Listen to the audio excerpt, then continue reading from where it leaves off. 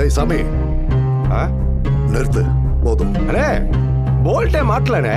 இல்ல வேண்டாம், நீ கிளம்பு. அண்ணே இப்படியே விட்டோம்னா வண்டி எங்கேயா குறை செஞ்சிருந்தே. எனக்கு அதுதான்டா வேணும்.